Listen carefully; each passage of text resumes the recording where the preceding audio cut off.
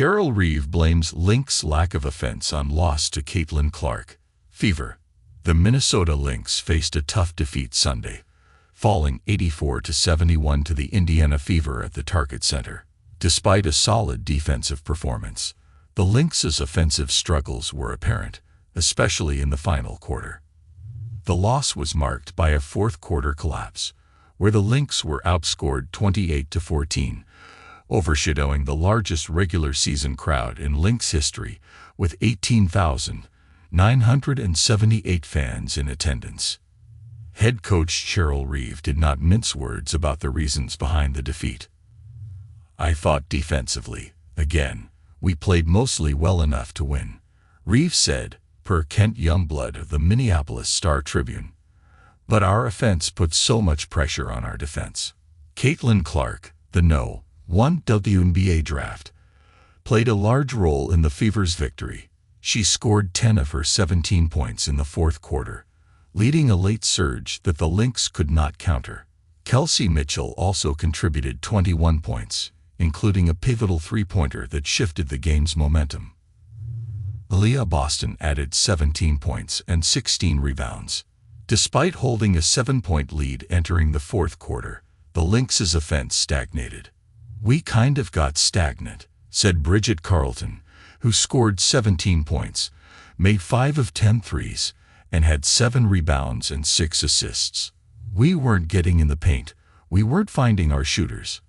Lynx struggle in the absence of Napheesa Collier. The Lynx, playing without star forward Napheesa Collier for the fourth consecutive game due to a left foot injury, have now lost 2 straight games and 5 of their last 8. This latest defeat drops them into a fourth-place tie with the Seattle Storm, with 1 game remaining before the Olympic break. The offensive woes have been a recurring issue for the Lynx. Since winning the Commissioner's Cup championship in June, the team has struggled to find consistency, shooting below 40% in 5 of their last 8 games. In the past 2 games alone, the Lynx have been outscored 47-21 in the fourth quarter. Indiana is not a team that's hung its hat on defense at this point, Reeve said. "Our 2-point field goal percentage, 16 for 39 in the game, 0 for 4 in the fourth quarter, killed us. Some of our attempts and turnovers at costly times really hurt us." Reeve also highlighted the team's inability to get into the paint and put pressure on the rim, a factor exacerbated by a small lineup featuring the 6'1" Carlton at power forward. The Lynx were outscored 40-20 in the paint. Center Alana Smith, who scored 13 of her 18 points in the first quarter, emphasized the need for better execution under pressure. "When we make mistakes and they score, we have to be able to score to keep it competitive," Smith said. "In the fourth quarter, it's high pressure. When things go wrong, you feel that pressure. We have to work on playing the whole 40 minutes."